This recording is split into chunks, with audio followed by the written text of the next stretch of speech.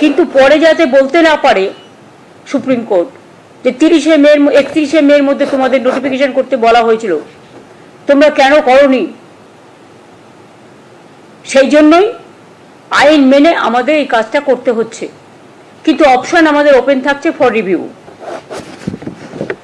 আমরা যেহেতু 31শে মের কথা বলা হয়েছে, তাই আইনজ্ঞদের সাথে কথা বলে সবার সাথে মানে আলোচনা করে issue of advertisement and file affidavit, যেহেতু 31শে মে লাস্ট ডেট করেছে আমাদের, 30শে মে কিন্তু এটা আমাদের করতে হবে।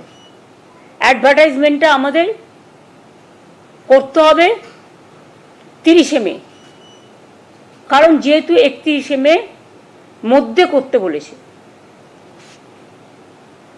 তাহলে আমরা অ্যাডভার্টাইজমেন্ট করব। আমি কিন্তু আবার বলছি অপশান কিন্তু ওপেন আছে রিভিউয়ের জন্য। রিভিউয়ে যেটা বলবে আমরা সেটাই মানব।